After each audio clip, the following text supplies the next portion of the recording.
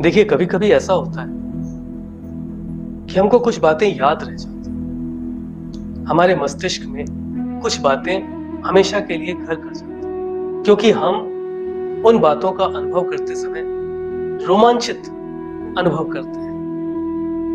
जरा इस घटना पर ध्यान देने की आवश्यकता है। यदि आपको आध्यात्मिक आनंद, भावनात्मक सुख इसकी प्राप्ति हो रही है, तो आप उन क्षणों को कभी नहीं भूलते। या तो फिर आपको भौतिकता में भय लग रहा हो। मेरी बातों को बहुत ध्यान से समझिएगा।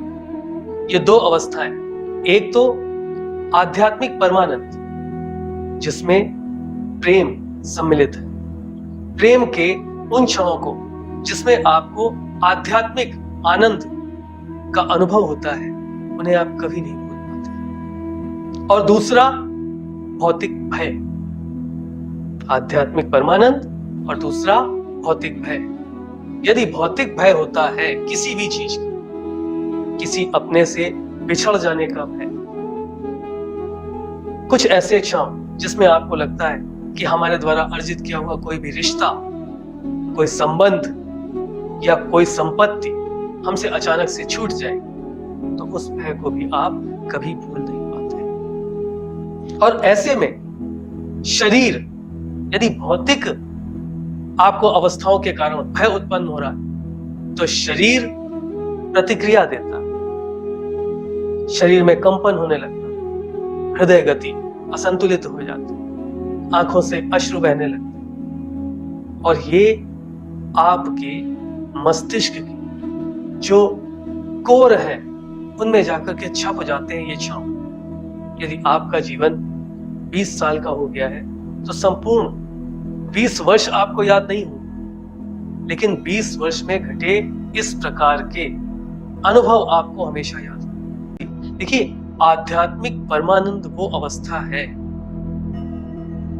जिसमें जो क्षण आपको याद रह जाते हैं वो आपका संपूर्ण जीवन निर्धारित कर देते हैं। यदि आपने किसी व्यक्ति विशेष के साथ प्रेम में आध्यात्मिक आनंद की प्राप्त कर ली, तो आप अपना संपूर्ण जीवन केवल उन क्षणों को याद करके भी बिता सकते हैं। तो दोनों ही अवस्थाओं में संतुलन होना नितांत आवश्यक है।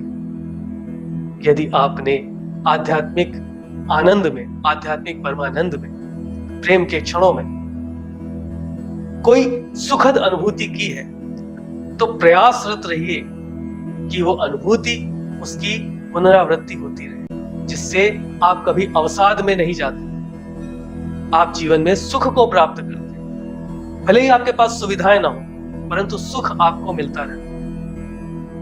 और यदि भौतिक भय के कारण आपका शरीर रोमांचित हुआ है, तो प्रयास कीजिए कि आध्यात्मिक आनंद और त्याग का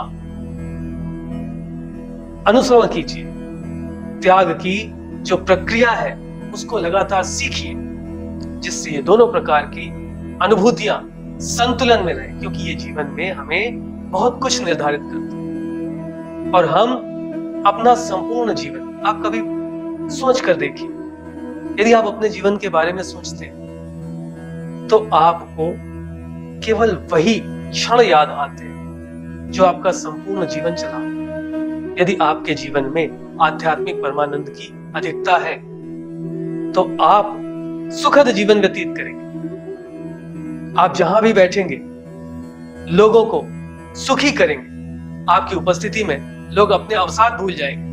लेकिन यदि आप भौतिक भय के कारण अवसाद में हैं, तो आप जहां बैठेंगे उस जगह का वातावरण आपकी उपस्थिति के कारण भय युक्त होने लगेगा। तो थोड़ा सा इन बातों में सोचने की आवश्यकता है। और हाँ, एक स्थिति और होती है जब आपको दिव्य साक्षात्कार होता है। दिव्य साक्षात्कार भी व्यक्ति कभी नहीं भूलता। दिव्य साक्षात्कार स्वयं का भी हो सकता है, ईश्वरीय अनुभूति का भी हो सकता है, कुछ ऐसे क्षणों का भी हो सकता है जिनके बारे में आपकी कल्पना भी ना हो, उसे दिव्य साक्षात्कार कहते हैं। तो ये 3 प्रकार की अवस्थाएं हैं जो आपके संपूर्ण जीवन को निर्धारित करती हैं। इनमें संतुलन बनाकर रखिए।